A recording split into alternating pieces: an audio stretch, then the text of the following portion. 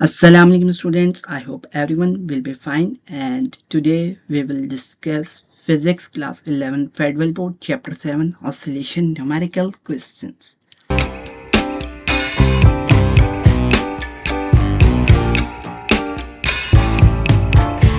Okay, now problem number 1. A force of 0.4 Newton is required to displace a body attached to a spring through 0.1 meter from its mean position. Calculate the spring constant of spring. आपके पास क्या given है? Force given है और जो displacement हुई है वो given है. आपने निकालना है स्प्रिंग कांस्टेंट के. गिवन है जी हमारे पास force F 0.4 newton, displacement x 0.1 metre. Find हमने करना है क्या? Spring constant. तो स्प्रिंग कांस्टेंट फाइंड आउट करने के लिए हम क्या करेंगे? हुक्स लॉ का यूज करेंगे. F इज इक्वल टू के एक्स. के आ जाएगा हमारे पास F ओवर x. ठीक है, इक्वेशन यहाँ पर जो है वैल्यूज पुट करेंगे फोर्स की और डिस्प्लेसमेंट x की. तो हमारे पास के आ जाएगा, स्प्रिंग कांस्टेंट आ जाएगा 4 newton per metre. Now problem number 2. A pendulum clock keeps perfect time at a location where the acceleration due to gravity is exactly 9.8 meter per second square. When the clock is moved to a higher altitude, it loses 80 seconds per day. Find the value of g at this new location. अच्छा, अब वो कह रहे हैं कि जो pendulum clock है वो परफेक्ट टाइम जो है वो बताती है जब वो ऐसी पोजीशन के ऊपर है जहां पर g की value exactly 9.8 metre per second square है.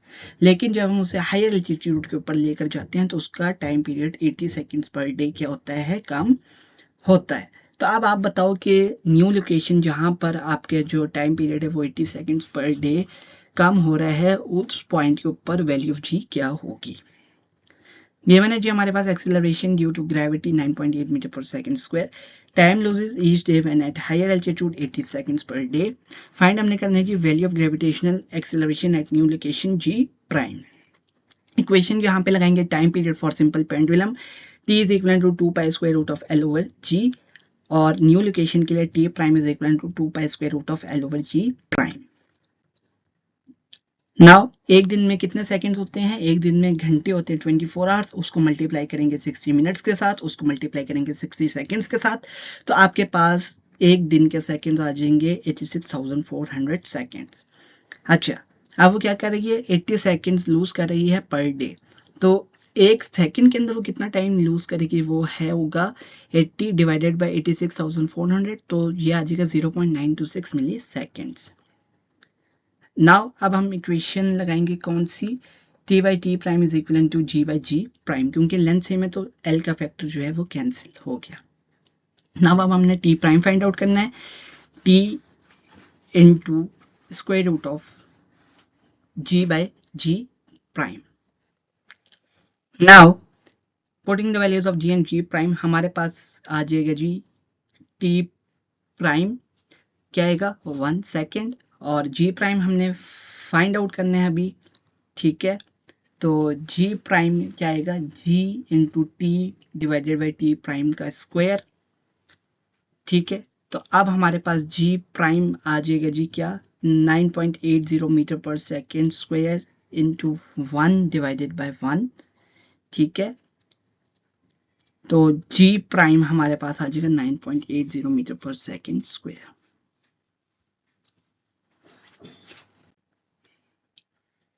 Now problem number 3.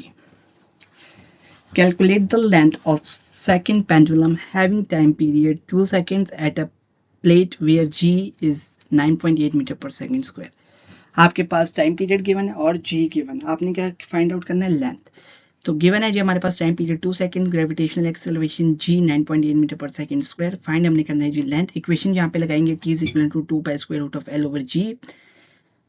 नाउ अब हमने l कैलकुलेट करना है, तो l के लिए इक्वेशन रीअरेंज करेंगे तो ये हो जाएगा t square multiply bye g over 4 pi square. By putting the values of g and t, we will get length of 0.99 meter. Now problem number 4. A body of mass m suspended from a spring with a force constant k vibrates with F1 when length is cut into half and the same body is suspended from one of the halves. The frequency is F2. Find out F1 by F2.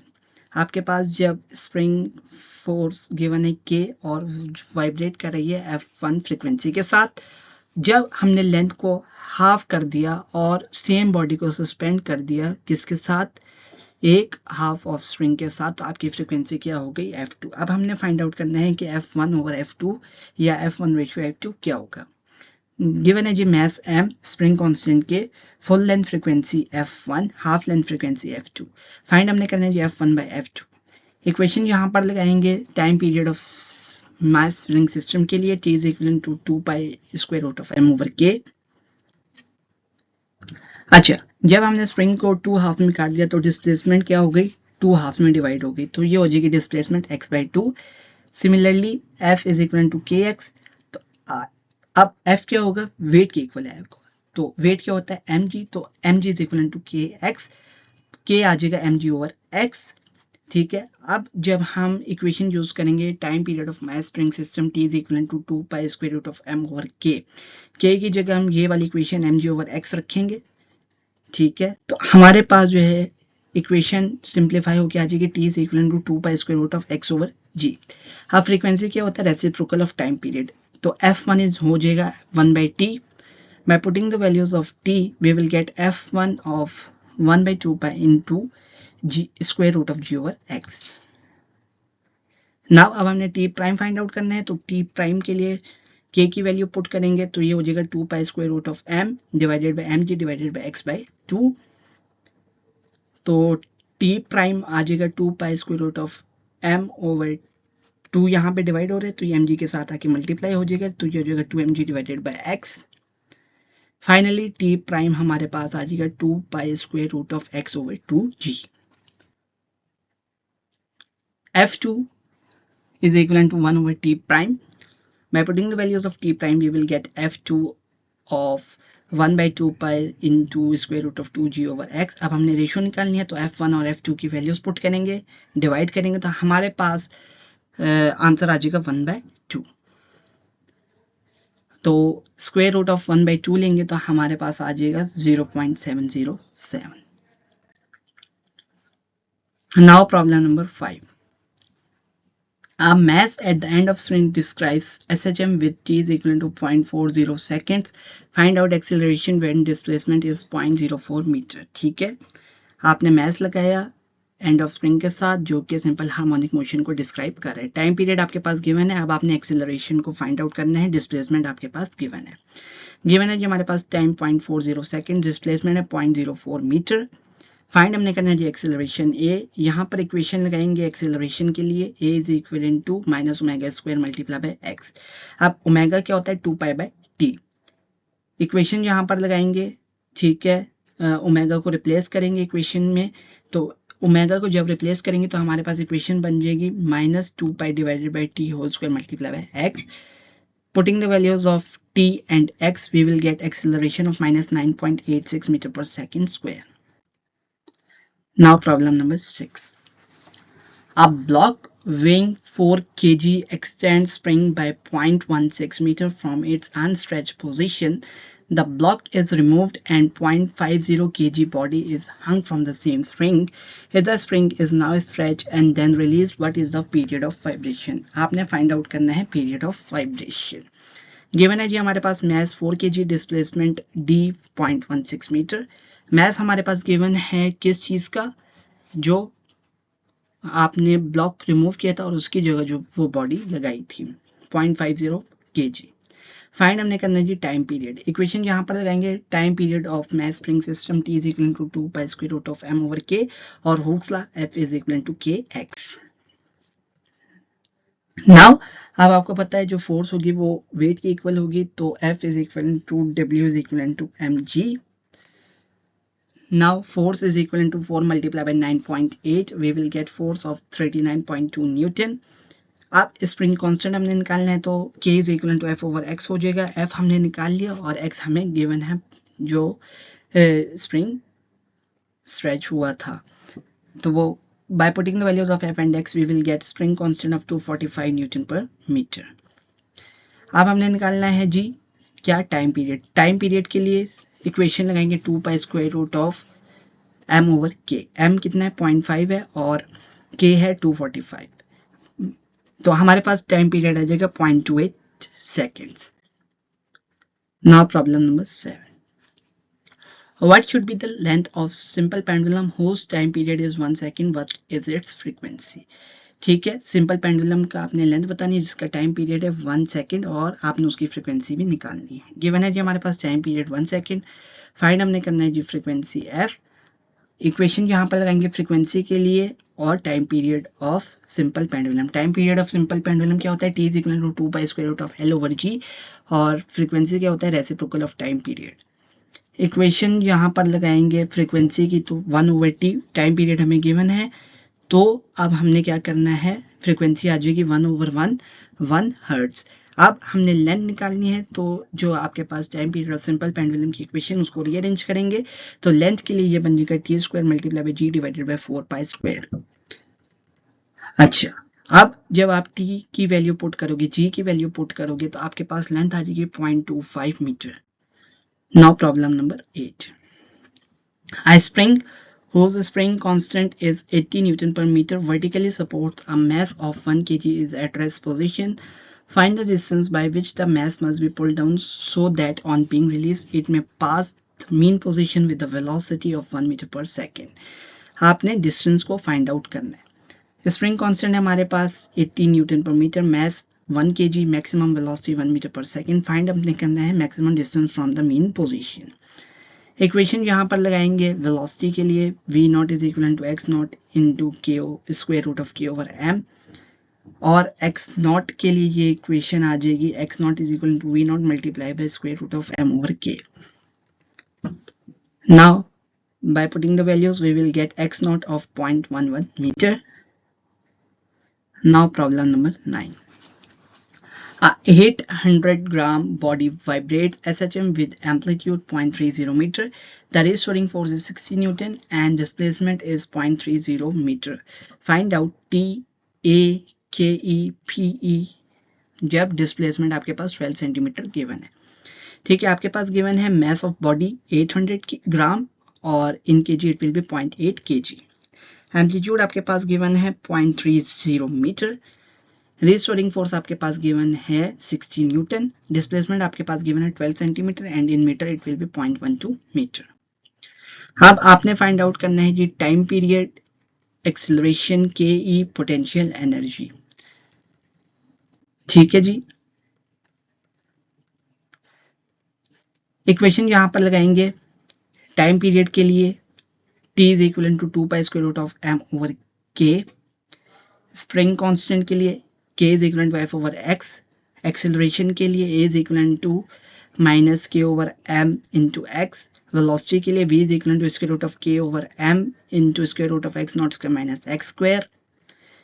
Kinetic energy के लिए 1 by 2 k into x not square minus x square. Potential energy के लिए 1 by 2 into k x square. Now for calculating the spring constant we will have force and displacement. By putting the values of force and x we will get spring constant of 200 Newton per meter. Now time period के लिए हमारे पास mass given है और spring constant हमने find out कर लिया. By putting the values of mass and spring constant we will get time period of 0.40 seconds. Now for acceleration we will have spring constant, mass and displacement. By putting the values of spring constant, mass and displacement, we will get acceleration of minus 30 meter per second square. Now for velocity, square root of k over m into x naught square root of x naught square minus x square. By putting the values of k, m, x naught and x, we will get velocity of 4.34 meter per second. Now for kinetic energy, 1 by 2 into k into x naught square minus x square. By putting the values of spring constant, x naught and x, we will get kinetic energy of 7.56 joule. Potential energy के लिए 1 by 2 kx square. By putting the values of k and x, we will get potential energy of 1.44 joule. Now problem number 10. Find the amplitude, frequency and time period of an object oscillating at the end of spring if the equation for its position at an instant t is given by x is equal to 0.25 cos of pi by 8 into t. Find the displacement of the object after 2 seconds. आपने क्या क्या चीजें find out करनी? Amplitude, frequency time period. आपके पास equation of SHM given है और आपने डिस्प्लेसमेंट फाइंड आउट करनी है जब ऑब्जेक्ट जो है वो 2 सेकंड्स तक ऑसिलेट कर चुका। Equation of SHM as x is equivalent to 0.25 cos of pi by 8t time 2 seconds. Find हमने करना है amplitude, frequency, time period, displacement after 2 seconds.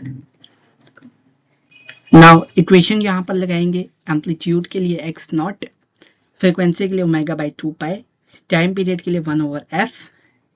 Now अब x नॉट क्या होता है? मैक्सिमम डिस्टेंस जो कि मेन पोजीशन से स्टार्ट होता है और कहाँ तक जाता है? एक्सट्रीम पोजीशन तक। इसको हम एम्पलीट्यूड भी कहते हैं। तो आपके पास जनरल इक्वेशन गिवन है x is equal to x nought cos of omega t, ये जनरल इक्वेशन। और आपके पास जो इक्वेशन ऑफ SHM जो मोशन हो रहा है उसके लिए equation given x is equal to 0.25 cos of pi by 8t। अब इस इक्वेशन को जनरल इक्वेशन के साथ कंपेयर करें तो आपके पास जो है वो वैल्यूज आ जाएंगे। x नॉट यहाँ से आएगा 0.25 और ओमेगा आ जाएगा पाई बाई 8। तो आपके पास एम्पलीट्यूड आ गया कितना? x नॉट की वैल्यू 0.25 मीटर। नाउ अब जो ओमेगा की वैल्यू है उसको आप पुट करो फ्रीक्वेंसी वाली इक्वेशन के अंदर, जो कि है f is equal to omega by 2 pi. By putting the values of omega जो कि है pi by 8 divided by 2 pi करेंगे तो हमारे पास फ्रीक्वेंसी आ जाएगी 1/16 हर्ट्ज।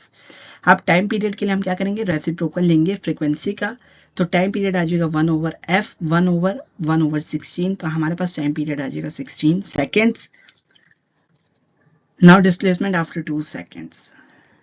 अब जो आपके पास इक्वेशन गिवन SHM की x is equal to 0.25 cos of pi by 8t, t की जगह आप 2 पुट करोगे तो आपके पास जो है वो डिस्प्लेसमेंट आ जाएगी 0.18 metre. Now that's all about for today's. Thanks for watching. Please like my video and share my videos to other friends and press the bell icon for the subscription in order to get a notification for all the videos which will be uploaded in future. And inshallah from our next video we will discuss topics of class 9 chemistry, physics and biology, and we will move topic by topic ताकि आपको जो चीज़ें जो आपको समझ नहीं आ रही होती हैं और आप कमेंट्स में मेरे से क्वेश्चंस कर रहे होते हैं वो भी आपको क्लियर होती जाए टॉपिक वाइज। तो इंशाल्लाह अगली वीडियो से हम जो है वो टॉपिक्स के ऊपर डिस्कशन स्टार्ट करेंगे।